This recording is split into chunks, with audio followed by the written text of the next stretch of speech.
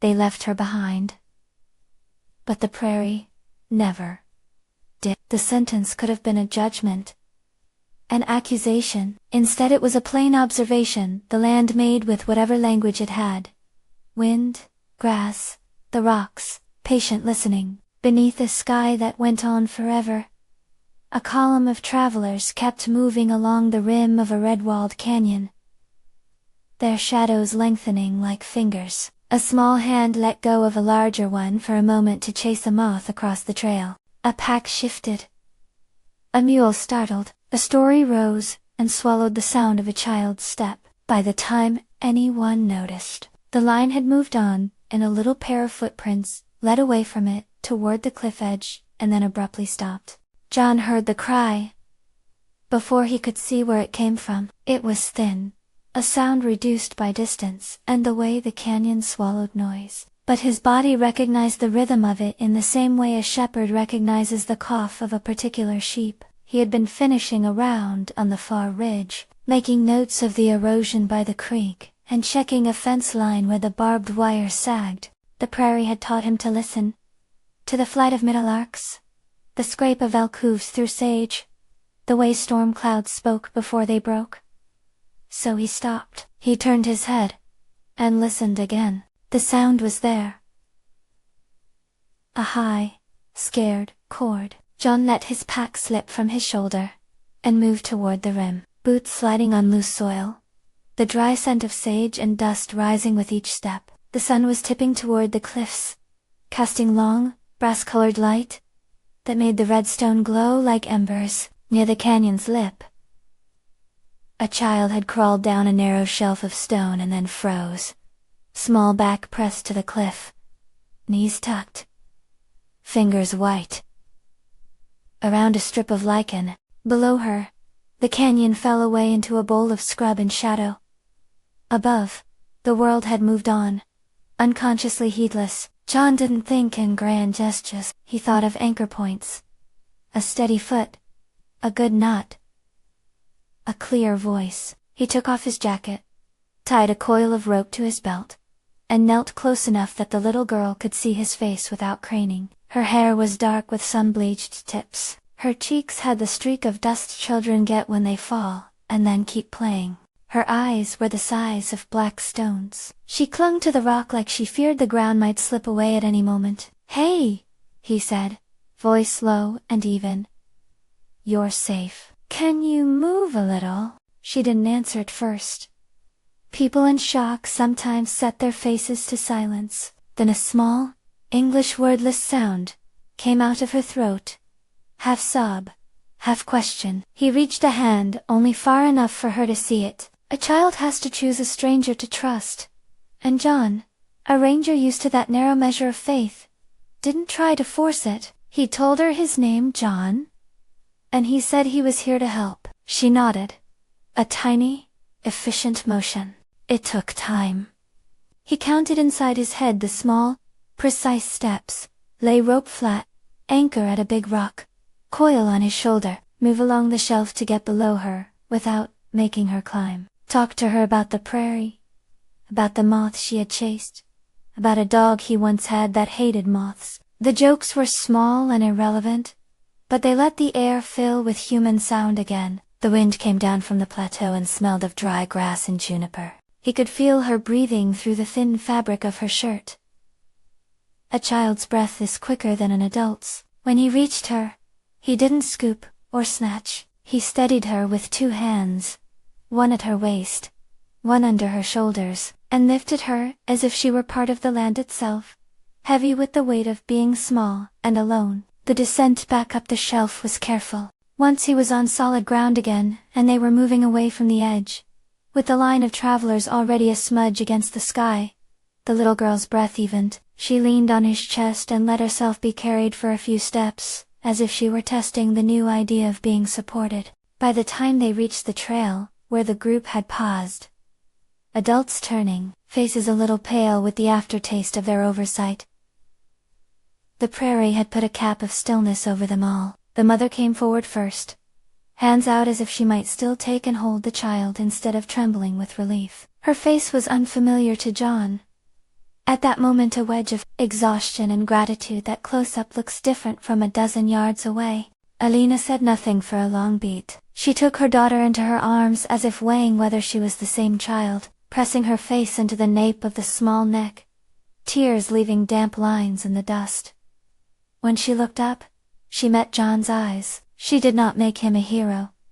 She made him a witness. "Thank you," she said, voice cracked but steady. The phrase rested between them, modest and whole. John shrugged as if to push the attention away. "Just found her," he said. "Prairie keeps its own watch. Sometimes, I heard her." That the Prairie had watched was not a sentiment he needed to sell. He'd been on this land long enough to believe it, not as an animated guardian, but as a set of conditions that kept and returned what people left. A coyote track, a lost mitten, a child's tiny footprint. The rocks remembered where footsteps had gone, and the wind braided those memories into the grass. The Prairie didn't forgive people for mistakes. It simply kept records in its own slow way. The group, a band of families and loners traveling to a settlement farther west, apologized and shuffled their packs, murmuring explanations about miscount and rush. There were no accusations, only a shared, brittle relief. People do not always notice how thin the line is between misstep and tragedy in the open country. The Prairie kept them strict and practical lessons without fuss. John offered to walk the family to the next bend in the trail, carry a pack when the little girl's limbs grew weary, point out a spring where the water tasted like cold metal and meadow seed. He walked with Alina, a short distance away from the others. Her hands were quick and sure at the small tasks of moving, gathering a dropped tin, rearranging a child's blanket. Gestures that showed how much of her attention had been folded into preserving a life already twice named by hardship.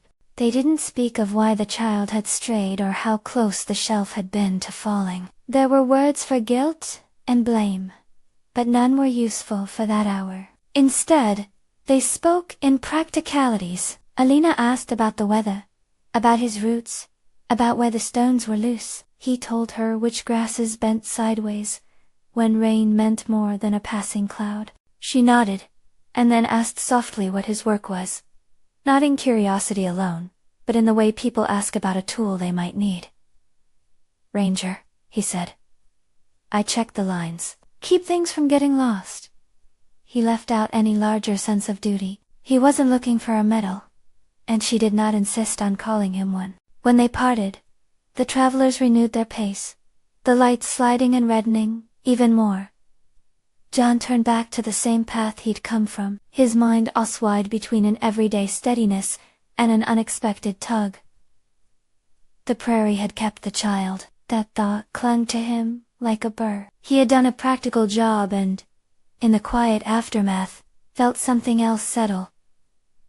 A knot of care he didn't know he would carry home. If this landscape catches you, stay with the story. The line was simple, like a small sign at the edge of a trail, and it might have been the narrator, or the Prairie itself putting out a soft invitation. There was no hard sell in it, only a suggestion. The kind of place that keeps what you misplace, sometimes rewrites what you think possible. After that first day, John found more reasons to be near the village than he had before. Patrols that had once been routine turned into opportunities to check on fences that bordered cultivated patches, to see whether seeds were sprouting in a place he'd noticed erosion. He learned the rhythm of the community in the measured way of someone who begins as an observer and then lets his actions speak. Each small duty he took on was nothing like a grand rescue. Instead, they were the accumulations of care. Carrying water up a steep slope when a well sputtered, helping to repair a leaning post, mending a child's torn coat by the half-light of an evening. His first real acceptance came with a task that had nothing to do with heroics, and everything to do with steady work. A gate that kept the cattle from straying had been knocked loose in a spring flood. John noticed the snap of raw, splintered wood on his rounds, and offered to bring a spare post from a stand of dead trees he'd marked weeks earlier. An elder man watched as John measured, sawed, and drove the post with a pounding rhythm. The old man's eyes had been cautious at first, Strangers could break the balance of a small community by bringing not just help but expectations. But when the gate sat straight and the cattle quieted, his nod was small and meaningful.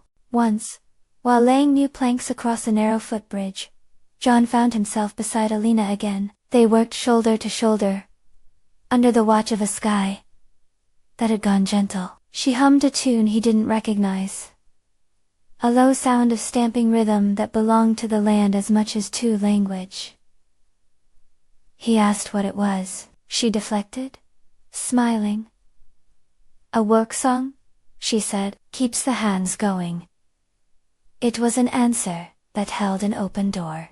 The evenings became the time when the boundaries between them loosened. After the day's chores, when the smoke from cooking fires lifted and the stars unrolled their cold lanterns, people gathered with bowls and blankets. John would linger on the edge of the circle, careful not to stand between any two people like a claimant himself. He listened to stories, small ones about a hunting dog that favored one family, a spring that ran a week early and the green that followed. And the tales were not meant to entertain him alone, but to teach him the village's logic. In return, John offered what he could: a repair for a cracked wagon axle, a description of where thunder might come from, or the simple knowledge of which herbs by the stream offered relief for a fever. It was in these marginal, ordinary exchanges that Alina and John's trust grew, gentle and without drama. There was nothing sudden in their closeness. It framed into place like mortar between stones. She tested him with small requests. Would he walk a goat across a swollen creek? Could he help a boy learn to track rabbits? He agreed without grand promises, with a practicality that matched hers. He didn't instruct as if he knew better. He offered practice, pointed things out, and let people take what they needed. When she showed him the tracks of a badger, and the way the badger's scat told of what he'd been eating, he leaned in the way an apprentice leans. Easier than a teacher. The roles were fluid, neither dom neither the other. There were private exchanges, too. A night when he helped string a lean tarp against a wind that had snuck in overnight. A morning when she handed him a rough cylinder of rye bread still warm from the oven. As if an offering of sustenance might translate into something else, he accepted it with the careful gratitude of a man who knows food is currency in land-worn communities. She would not make him feel indebted. The bread was given and taken, and the exchange erased rather than recorded. Not everyone watched with the same softness. People are complicated in small places. There are always histories, slights, and reasons to measure an outsider's motives. A young man with a jaw like a closed hinge kept his distance longer than others, and the village gossip took its slow route along the fences. Some were openly receptive. A woman whose hands were calloused from weaving leaned into conversation with him.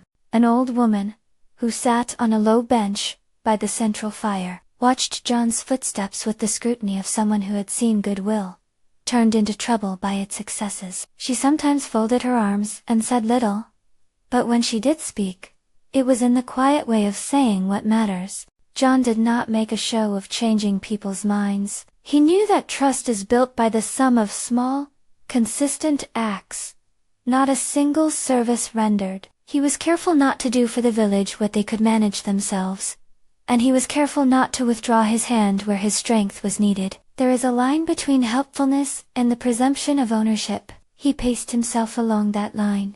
The little girl, once the immediate focus of rescue and relief, became a small hinge in this opening chapter of their lives. She started to be at ease near him, as children are quick to trust simple usefulness over declared loyalty. She followed him sometimes as he checked fences, stamping her small boots in the dust to clear them of burrs, or hopped ahead to put stones across a trickle so the water stayed in its place for those who needed it. John taught her how to read the color of a leaf for dryness, how to pick a safe place for a camp where the wind could not sweep away the tent.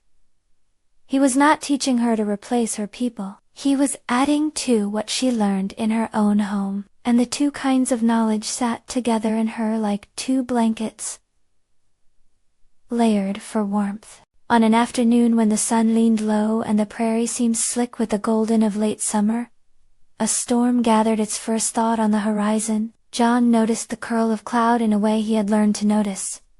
Not an immediate threat, but a question posed by the sky to the land. Last winter's rains had undercut a bank near the village, and the elders had been careful to point out which gullies might run angry when water came hard. He stopped at the last house before the stream, where Alina was teaching their small daughter how to sew a new patch into a shirt. The woman's hands moved like a steady metronome, fingers hard as village truth. "You think it'll come?" she asked, without looking up. "Could?" he said. He didn't desire alarm, only preparedness. "Wind could make it bad. If you want, I can check the runoff points and clear some of the lower gullies." She nodded. "Death, do it." Her voice was an instruction wrapped in an invitation, a way of allowing him to belong that also demanded usefulness. He left and walked hard along the dry creek bed, turning stones and loosening the choke where old sticks and tumbleweed had collected. It was labor that left your arms burning and gave your heart a slow, kept rhythm. He thought about how different this felt from the single sharp burst of rescuing a child. This was the quieter work of preventing harm. By evening the sky had grown a bruised black color, and wind came across the grass in a new, lower tone. The children were shepherded into their homes earlier than usual. Fires were banked. At supper, an old man told a low story about how the prairie has a way of testing those who live on it. Not by malice, but by the fact of its own moods. The dry season that asks patience, the unexpected flood that asks planning. People nodded, as if agreeing to a law they already knew. That night, sleep was a brittle thing. John, who had come to the village as a presence rather than a resident, lay on a pallet by the ranger station and listened to the wind working itself into statements outside. When the first thunder jumped and the first threat of rain began to stitch against the eaves, he was awake and alert, not because he feared storms, but because he understood how small choices before the sky breaks can keep a family whole. Storms here were never dramatic in the way a city imagines storms. They were practical crises, leaks in roofs that could be fixed if you had tarps in hands, a field that could wash out if a bank was not reinforced, a shed that might blow open and spill what the household needed. John dressed quickly and walked, his boots sinking into the softening soil. He found Alina at the doorway, a shawl over her shoulders, her daughter clutched at her hip. The child's hair was damp and smelled like dust and rain. "We'll take the animals in," John said, gesturing toward the low barn. "Help me with the gate." They worked in a sort of choreography carved out of necessity.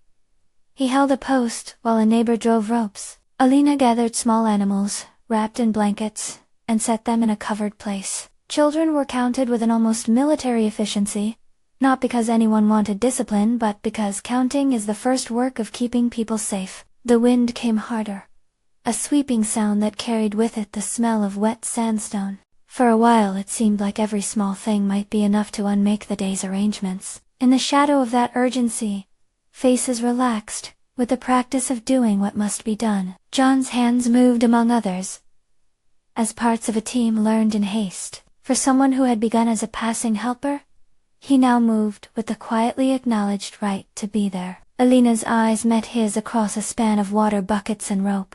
In that look was no declaration of deep love yet. It was something that takes the place of it in practical hours. Recognition that he would not leave just when something needed doing. Morning after the storm, the land was washed and raw. The prairie had accepted the rain without favoring anyone. It wore the wet like a neutral fact. The stream ran higher and louder. The colors of the cliffs intensified, as if someone had rubbed them with oil. People emerged from their houses to examine damage and count what remained. Some fences had buckled. A patch of newly planted seed had been scoured away, and the children were quick to play in the leftover ruts like small doctors of a world returned to its old rhythms. It was in the scraping of that recovery that an ember of something more began to embolden itself between John and Alina.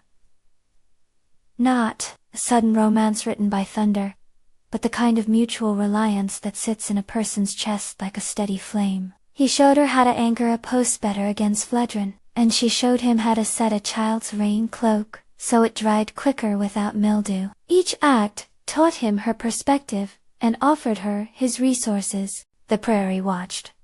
Grass flattened in places the rain had touched, and springing back in others. It kept its inward, patient record of these small interactions. Not everything was calm.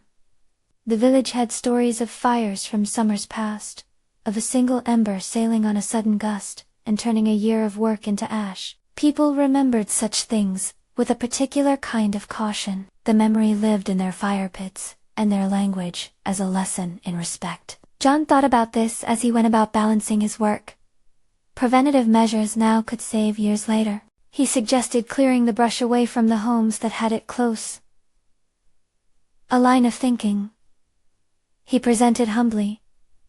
As a practical note, not an instruction. Some accepted the advice, and got to work with gladness. Others watched from thresholds, hands folded. A day later, while cutting away dead grass near a thin ridge, he noticed a white column of smoke, drifting against the blue. It was small at first, a spit like a child's misfired match, but the wind could be petty, and then cruel. He inhaled sharp, breathed the smell of smoke into memory, and felt the sting of the recognition that danger, like kindness, lives in small things that can be fanned into larger acts of consequence.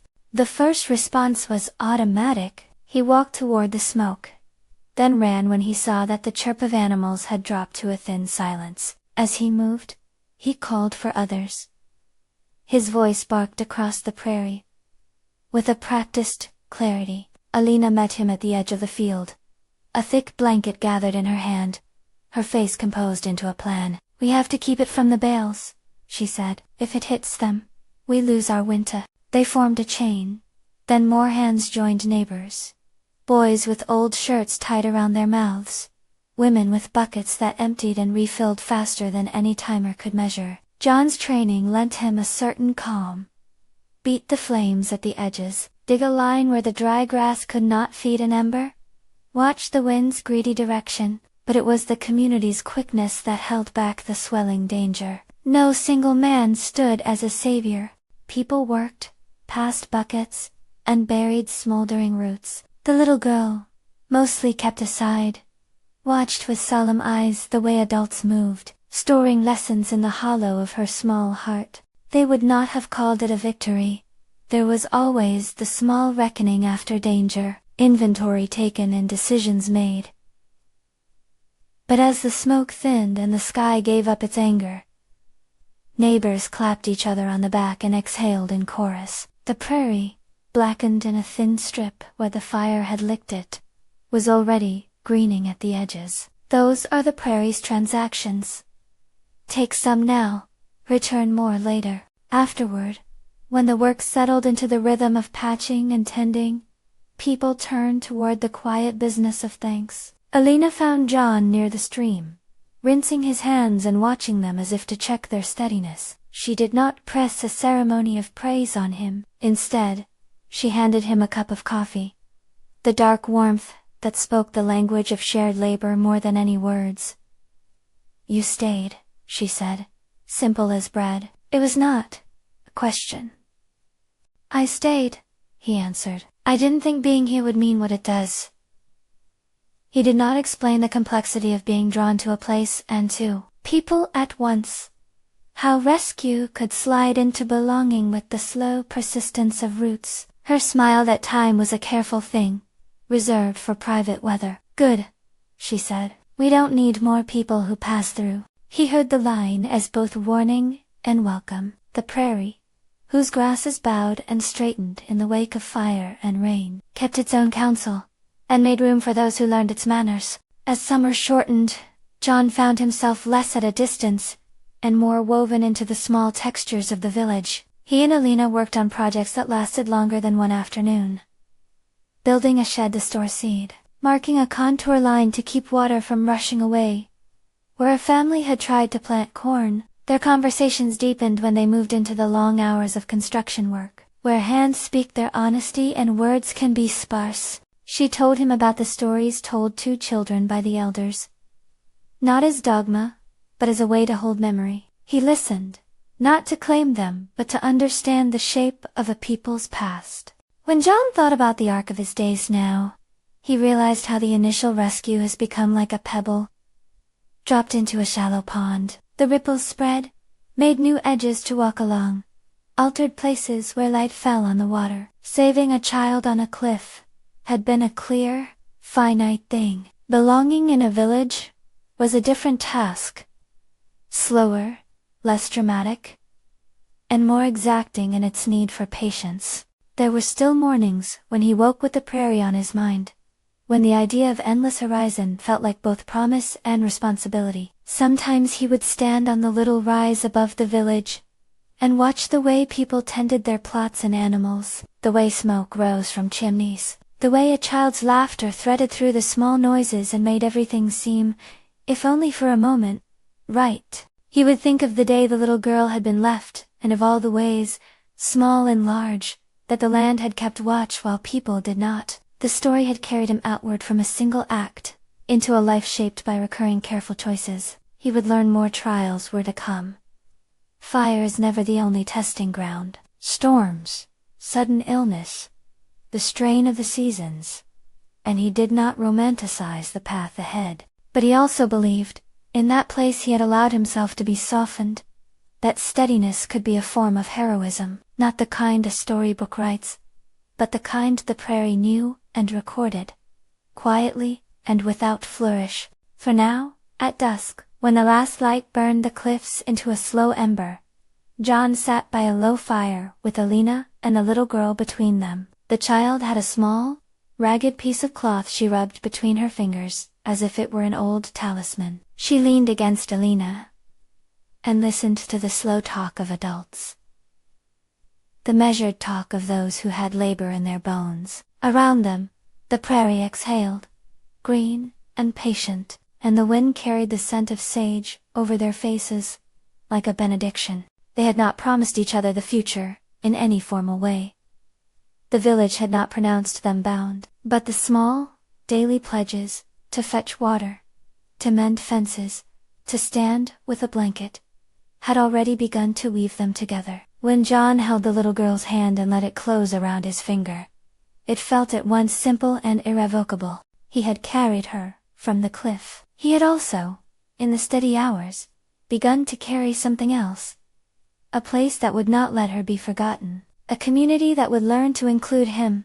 And a woman whose measured heart had room for both protection and patience. The prairie did not applaud or judge. It kept the child's footprint, the scorch of a grass fire, the line of a fence. It held the story they were making, less in sentences than in the small, repeatable actions that make a life. As night settled and stars pinned their pale holes through the dark, John thought about what it meant to be a man who belonged by way of work and presence, rather than by any single dramatic deed. A week later, as the land began to settle from the storm's mess, and the village returned to a softer rhythm, a rumor moved in like a chill. An upstream bank had caved in near a homestead, 3 valleys over, the kind of erosion that could create a sudden, unexpected torrent should the rains return. The elders frowned and began to talk in lower voices. John listened to the maps in his head unfold, known lines of drainage and old gullies that could be reawakened by a heavy season. He checked his gear and his knots that evening without thinking of any motive bigger than caution. When he walked back toward the village at dusk, he saw Alina standing at the edge of the common, the little girl's silhouette at her side. The two of them watched the horizon, the long, low clouds like bruised wool. He felt the way belonging asks for readiness. It requires not only the tending of present needs but the forethought for those that might come. His pockets were full of small tools, his mind alert to the sketch of weather in the air. The land, patient and exacting, had more lessons to teach. The next day, the sky tightened. The wind carried with it an edge that tasted of iron. People took down the last of their drying laundry, Animals were checked twice, and his own hands moved with that practiced, restrained urgency that comes from living in a land that can change its mind with great speed. He and Alina met by the communal well, as if by appointment. She handed him a wrapped bundle, cloth around a small loaf, and said, "For the road." There was no grand declaration in it, only the quiet of practical kindness. He took the bread, and looked at her. There was an unspoken agreement in their eyes, that they would endeavor, together and with the village, to prepare, to act, and to remember that the prairie did not abandon what it guarded. Whatever came next would not be met by one man alone. It would be faced by hands that had learned each other's rhythm. They walked toward the ridge as the clouds gathered, and the prairie held its breath. They walked toward the ridge as the clouds gathered, and the prairie held its breath. Rain began like a question, first a scatter of pinprick drops on the dust, then a steadying press that made the air smell of stone and wet grass. The cloud bank rolled in like a slow wall, and the horizon tightened its shoulders. People moved, with a practiced quickness, not panic but the briskness of folk who knew weather could ask for everything at once.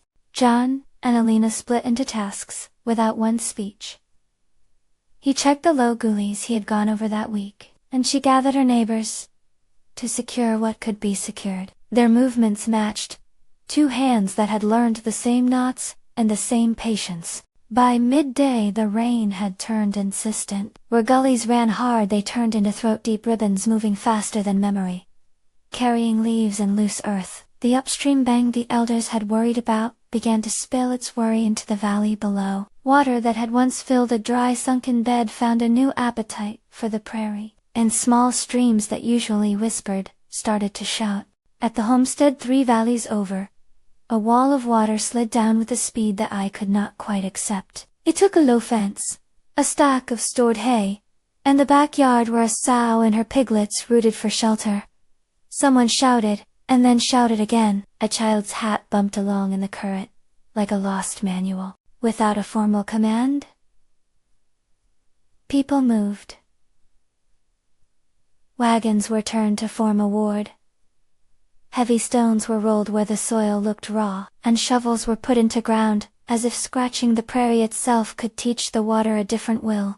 John shouldered into the middle of this, his hands finding rhythm with others.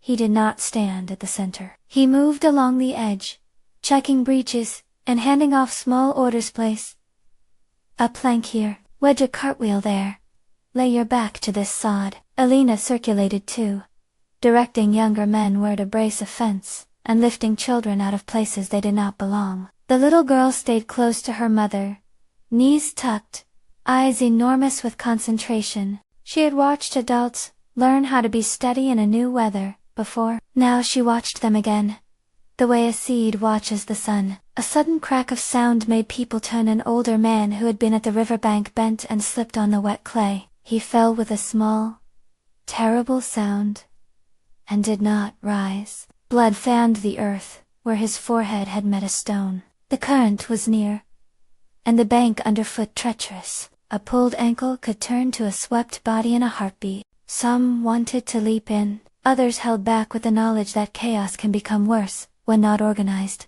John was the first by the man's side. He knelt with hands that had tied more than one gnarled rope in his life, and he lifted the man's head with careful steadiness. The forehead wound was ugly enough, but not fatal. The problem was the bank hiff. They did not move him away from the edge. More water could swing him into the run. John called for blankets, for extra hands to stabilize the man's shoulders, while others set a plank as a makeshift stretcher. Alina came close, hand on John's elbow as if to say he had permission to act, and then she helped lift. They carried the man together, working like a single creature shaped out of urgency. Someone ran for a tin of boiled water, another found a clean strip of cloth. In the shelter of a wagon's canvas, by lamplight made from a small lantern someone produced. John cleaned the wound with the practical gentleness of someone who knew the small geography of a human body. He bound the cut, eased the man's breathing, and set a splint to an ankle that had twisted under him. There was no dramatic pronouncement, only the low, concentrated business of mending. The man's wife watched from the door of her house, the expression on her face moving between gratitude and quiet fury at the river that had come without manners. She did not thank John with wide words out here.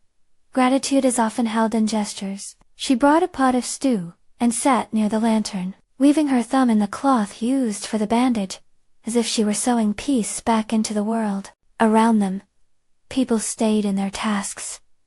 Someone pumped buckets of water to keep a fire low, others dug small trenches to coax the runoff away from foundations. The little girl at the entrance of the wagon held a rag in each hand like a talisman against fright. In the days that followed the worst of the water, recovery work named itself plainly. The bank had eaten a strip of pasture. A child's toy, an old wooden horse, lay half buried in muck like a small archaeology to be rescued. Men and women moved with the tired but steady feet of those who had been up all night, and John found his palms roughened with the same work as everyone else. He would not have called himself a hero. There is no room for that among people whose survival depends on the shared sweat of many but the elders. Inclined toward him, sometimes in a look that was almost permission, the injured man recovered slowly, his ankle healed in the careful way the Prairie teaches: wrap, tend, do not hurry. He thanked John once, a small, muffled thanks delivered when no one else crowded the doorway. John shrugged again, deflecting the gratitude that wanted to build a pedestal. He had been a hand among hands. Alina's eyes met his, then those gray-brown eyes that measured things softly, and there was a new weight to them. Not quite, love declared, but more than the first spark of companionship. Not long after the floods, summer moved with that peculiar insistence of seasons in the open country. It gave its heat and sometimes, like a teacher, its tests. A neighbor's shed, stacked high with dry kindling, caught a stray ember from the fires they kept banked through the nights. It was a small ignition at first, a glowing point hungry for air, and then, in a gust, it swelled. The whole slope smelled like smoke again, and hearts thumped in memory of the earlier flame. John and the village sprang into motion with the same efficient pattern they'd formed. Buckets, blankets, and the quick forming of a wet line. There was no single leader, only people answering the need. Alina came with haste and held a child's hand, while others threw wet burlap at the fire's hungry edges. John positioned himself where a gap in the line showed, shoving a wheelbarrow as a wedge between the blaze and the nearest fence. When embers flew, a young boy lifted his shirt and pressed it to a smoldering ember near his own feet, and did not cry out until the task was done. After the flames died and the heat drifted away, everyone stood with ash on their hands and hair, and the quiet understanding that had deepened between them. They had faced the element and absorbed it together. The village would rebuild, as it always did. The prairie would blacken and then green at the edges, making its own simple accounting of loss and return.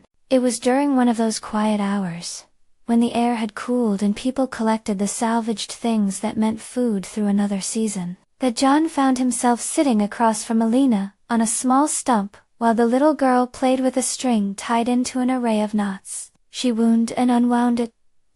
Like a mariner testing a line's memory, they spoke without ceremony.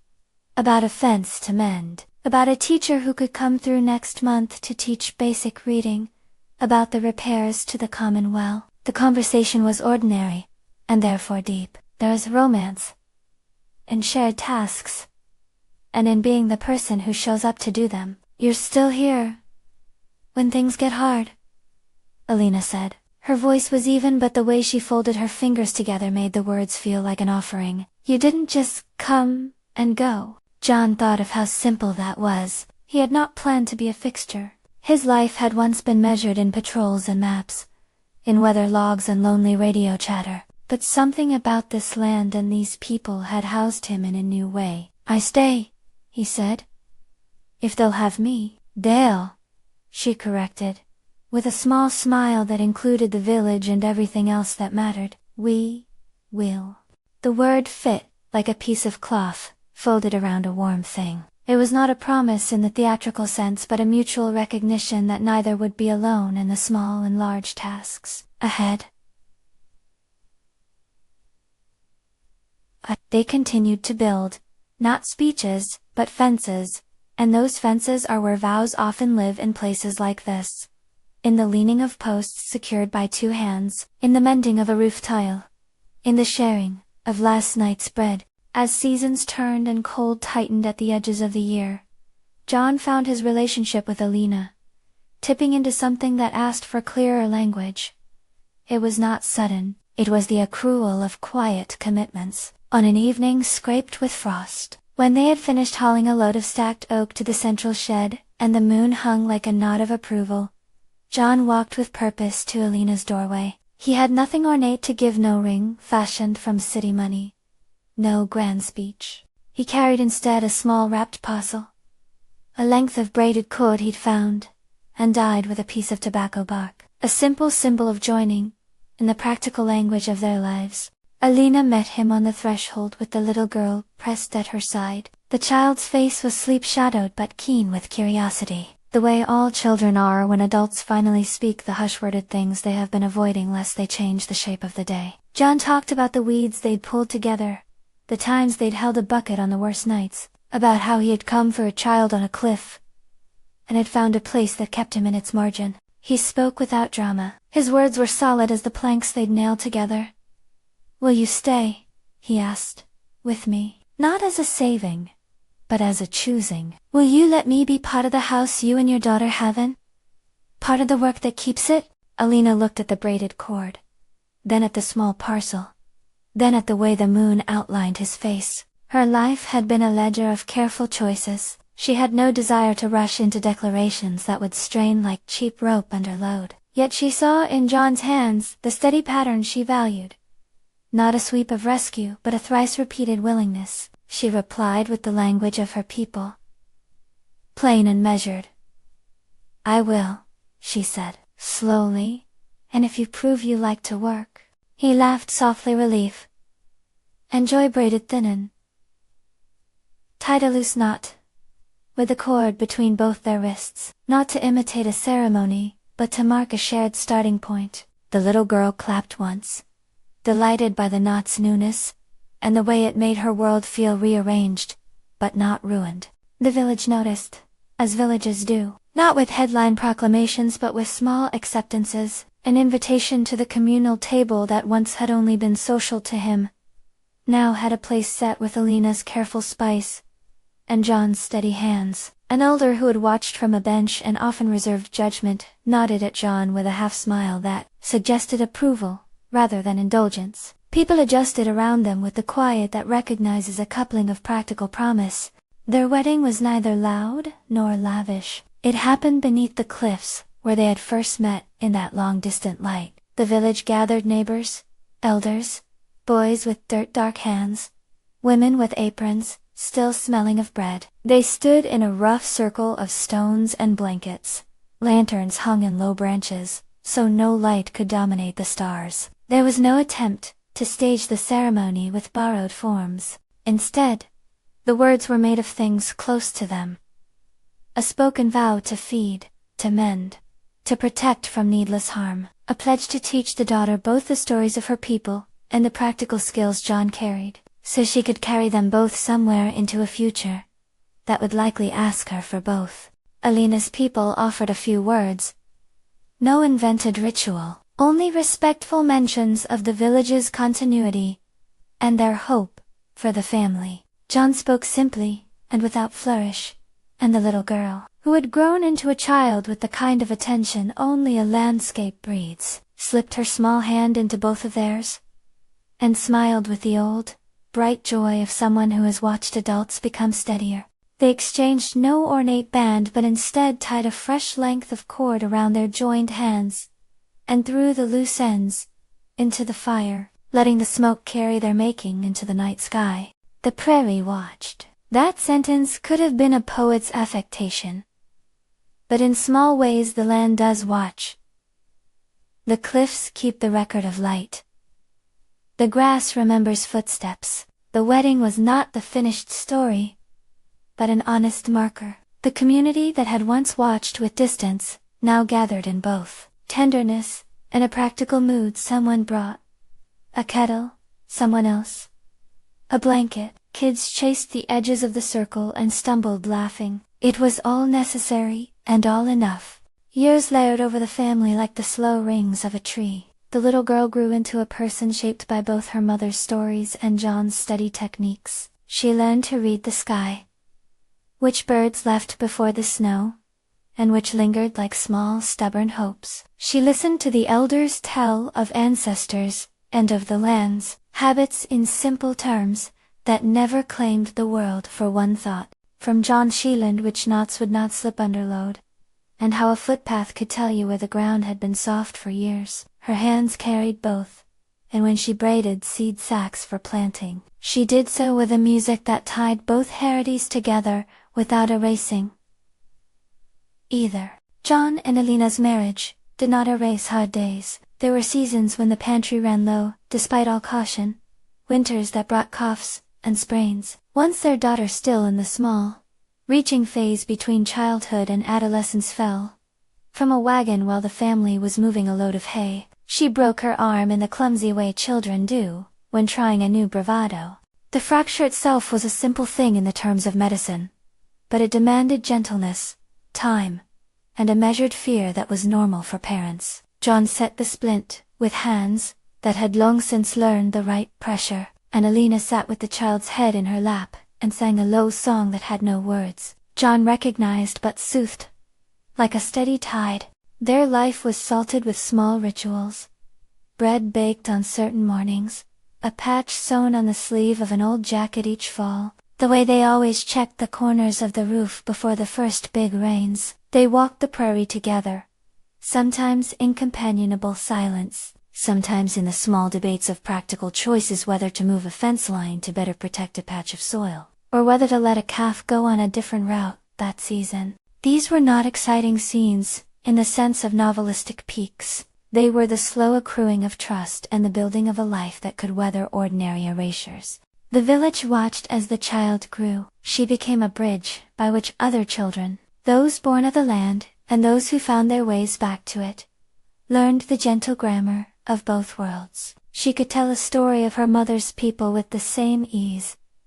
She could examine a wheel axle for a crack. Once, when a teacher came from a trading town to set up a small room of reading and arithmetic, she sat at the teacher's knee, while older elders hovered nearby, curious about the marks on paper. The two kinds of knowledge did not fight in her, they stacked like stones, forming a wall sturdy enough for the next storm. Time carried other markers too. The elders aged, their hair silvered, and then thinned, like the light that moves across the cliffs. John's hair grayed at the temples, the same places the wind had first found him. He carried small scars, faded lines from the bank that gave way, a thin white, where a splinter had once found him. These were not trophies, but the quiet ledger of days, spent doing the work that keeps a place whole. On an afternoon, when the light was that particular warm color of late summer, and the little girl now, a confident young woman, with hands that could mend or steer, conversation with equal skill, walked the ridge with John and Alina. They stopped at the lip of the original canyon. The place where a small child had been left was now marked only by a handful of stones, not out of any need to commemorate a failure, but because people's memories in such places are better held in small, practical markers than in grand monuments. John knelt and brushed dust away from a stone until it showed a clean face. He did not speak much, there was no need. Alina sat beside him, and the young woman leaned into her. The three of them a small, solid line against the great sky. It remembers, John said finally. Not as a sermon, but as an observation. He pointed to the grass that had regrown where the cliff had been bare, to the moss that had caught in a crack, and brought a tiny green into the rock. It kept her. Alina's fingers found his, and squeezed. Simple as tying off a bundle. The prairie kept, she corrected, gently, which felt to John like both a claim and a grace. They walked back, toward the village where a table had been set for supper. Lanterns ready, and the smell of stew, already making the air feel like an invitation. As they passed, neighbors nodded and called out small greetings. The young woman no longer only the child who had been rescued but a person formed by both care and teaching. Run ahead to set out plates. She moved with the confidence of someone whose place has been chosen not by spectacle, but by the slow accumulation of shared burdens and shared jokes. Decades might be a large way to speak for a life, but the passage they had lived felt like the right measure. A rescue became a habit of presence.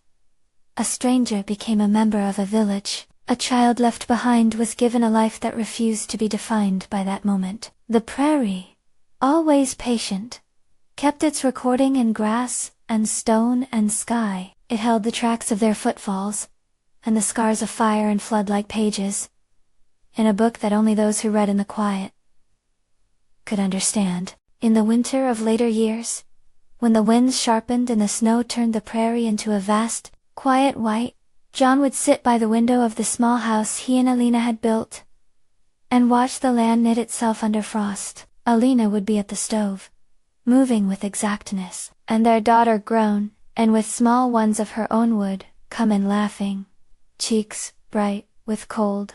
John sometimes caught himself thinking of the day on the cliff with a tenderness that had the discreet humility of someone who had been allowed to be part of a life, not the author of it. He would reach out and touch Alina's hand, feeling the same contours he had years before, and she would look at him with the old, level glance that had first let him in. They never forgot the simple fact of the child left behind. In the telling of it, the story they told to their own children and to neighbors, it became a caution more than an accusation, a tale about the slant of attention and the way lives depend on being watched. The little girl's first scar from falling off a cart was a story told with a laugh. The day the bank caved was told with a solemn nod. The stories were neither myths nor lectures. They were ways for a village to keep its senses sharp and its tenderness intact. On an afternoon toward the end of John's life, he had the stooped look that work gives, rather than the brittle look of old age.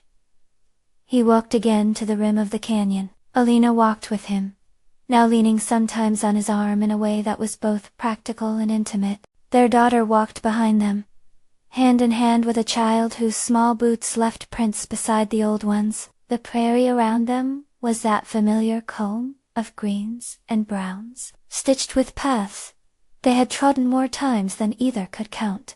John stopped and looked down at the place where he'd once found a child clinging to lichen. The cliff had not moved in any meaningful way. The same wind that had once almost taken a small life now blew through with the same indifferent wisdom. The land had kept its record, and in that record their family was a page not defined by one moment but by the way many small ones stitched together. They left her behind, John said softly, more to the wind than to anyone, acknowledging the bluntness of the phrase. His voice was not a plea or an accusation. It was a steady fact that could be kept alongside others. Alina did not contradict him. She wrapped an arm around his waist and looked at the child running ahead, started at a laugh and then paused to watch a moth. "But the prairie never did," she added, and the sentence landed with a finality that had no need of flourish. They stood there a while longer, not making anything dramatic of the moment. The little ones chased through the grass, and behind them the village smoke curled up like a slow, compliant hand. John felt the weight of a full life, not tidy or flawless, but rounded by work, by mistakes, by hands held in storms and by the slow, patient labor of staying. The prairie, indifferent in the sense that it was not moral but faithful in its own way, had kept them and their story. It had been a place that did not let what was left behind be wholly lost. It held enough to allow mending. When the sun leaned toward the cliffs and the shadows laid long fingers across the grass, John, Alina, and their daughter walked back the way they had come. Lanterns were lit in the village, and someone called their name in a tone that meant supper and company. The prairie sighed around them, sound like wind through Shazan. Their steps were small, regular accounts of a life lived in service to a place and to one another. If this landscape has ever changed you, if a place has kept a story of yours safe while people forgot, share it. Tell someone about the field that made you patient, or the shore that taught you how to return what you borrowed. Stories like that are the work of the world. Small, steady, and kept. If this story moved you, consider sharing it with someone who needs to be reminded that belonging can be earned through quiet, relentless care. And if you'd like more tales of the land and the people who live by it, subscribe and stay with us. There are always more stories where this one came from. They left her behind, but the prairie never did.